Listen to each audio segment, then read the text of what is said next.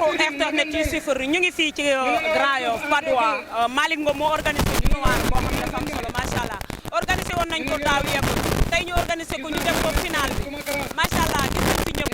ñu ciy rendre hommage ki nga xam ne mooy Gaston Xaali Mbeng le king de l'arène duñ tàyyi di ko wax tey bu ñu amee fit rek grâce ak Gaston Xaali Mbeng la bàyyu Makan Mbeng le king de l'arène kon niñ koy waxee rek nee naa leen kenn du Gaston ci réew mi waaye di béggee ku lu kuy promoteur yi jaar nañ fi ñoo gañe ñi nga xam ne ñooy waxkat yi ñun waxkat yi promoteur yi ñu gañe ay waay lii metti na man li man na xarim rek mooy promoteur yi ma gañe ace ñu am fi mbay guy gi tey mu ñëw ngir fekke si final muy doomi Bawol ñoom tamit jaaroon nañ fi mu ngi am combat nag moom ak Marley Albourakh Events moo ko tëgg muy Baye Ndiaye mbay maa ngi lay bégg maa lay fay jaara di wax ginnaaw ban sant yàlla ñu ngi gërëm suñu ñaari waajur kontaan Malick moom def moo tax ñu ñëw teew parce que ba mu amee man la woo ne ma dajaleel booy Bawol yi ngeen ñëw quoi waaw looloo tax ñu ñëw après ñu def ko daaw yeggul amuñu final ñëpp di ko kaas Malick organisé ko ñu naa est-ce que dina yegg tey di càppaacoli gi est-ce que jarul ak lu làmb tey stade bi waroon naa mën a ëpp nii su ma juumulee ndaxte tey bu dee doomu làmb moo organisé dara yomb ci métti na mais tey buñ ciy sargal kenn ci làmb muy Gaston Xaali Mbeng nga xam ne kenn dootu ko présenté kon tey foog naa stade bi waroon na mën a ëpp lii kon làmb dama yaakaar ne ak mu fubal lépp benn la sunu papa ñu Gaston ñu ngi koy ñaanal yàlla defal ko wér waaw ba mu neyaat ci ay soxlaam kooku moom lu ñu ko tuddee ci làmb rek delloo nañ làmb njukkal parce que def na lu ne ci làmb bu làmb tolloo fi tey moom la waaw mais nag xëy na gaay ak gàmmo gi ak ñi voyagé ak yooyu noonu mais waa axlu làmb moom xam nga ne bu ñu ñëwoon fii xajuñu fii sax waaw mais nag mooy loolu maa ngi nuyu Baye Laat sama doomu ndey sama xarit Cheikh Abdoulaye ma àndat yaa ma gën a mbay combat bi ñu ngi waaj combat bi du wax ju bëri quoi bëgguma cee détail dañ mën a noppil moo tax ndam rek incha allahu rabbi moom laa moom nee na ba muy bëre ba ngay bëre wala moom bi muy bëre ñëwa ko mais dina la won ne la moom moo la jiite ci néeg bu lëndëm moo lay wax fi ngay toog maa ngi ñaan yàlla mu yor ndam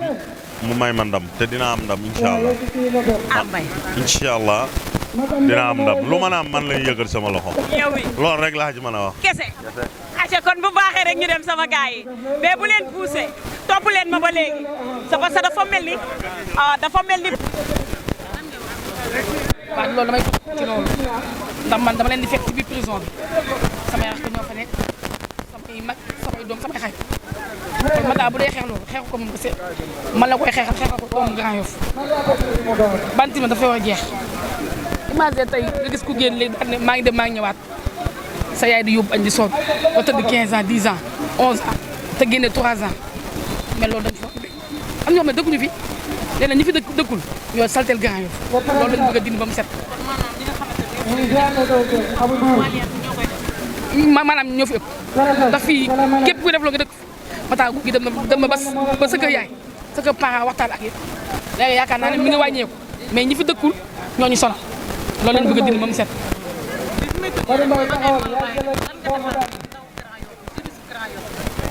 ku jóg rek wax ci yow ndax man sa tur moom xam naa pour la première fois ma gis mais sa tur moom booy na ci samay nopp lan nga leen bëgg leen jàppale rek man maa jóg pour jàppale leen ndax ku si mel ni kii mun ma lay fay daw ma ci dara nag ba lépp ma am rek damay jël bu dee madame laay doon lépp lu ma bëgg a doon rek ci kattan yàlla nga baaxam damay dem may tuba kenn dara moom boo ko téyee ma ko fekkee sa loxo dama koy foqati léegi moom déplacé waaw lu muy wax laay wax rek maanaam moom day jàppale Grand te état jàppale wu kii maanaam ku ko fëgg da lay wuyu ñu léegi la lañ bëgg si moom mu ñëw politique kese lañ soxla si moom na ñëw politique kese lañ soxla ñu nekk si ginnaaw bari Cheikh Modou Kara ñu ànd ak moom waaw joxal iso mu wax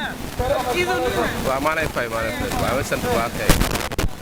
waaw dégg nañ ko bu ñuy wax rek dañ jàppale loolu dafa jafe c'est-à-dire mu ñuy jàppale te kenn jàppale kenn neewul si ginnaaw maanaam di jigéen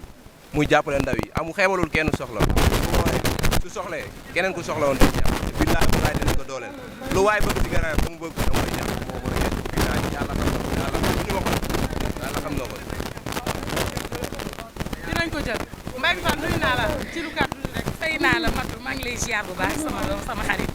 waa li ma ci wax mooy bariwul waa Grand Yoff nekk ay doomu Grand Yoff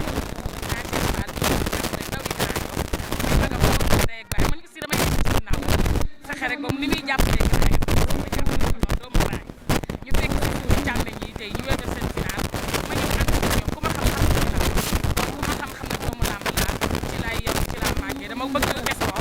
donc defuma daal damay ñëw jàpp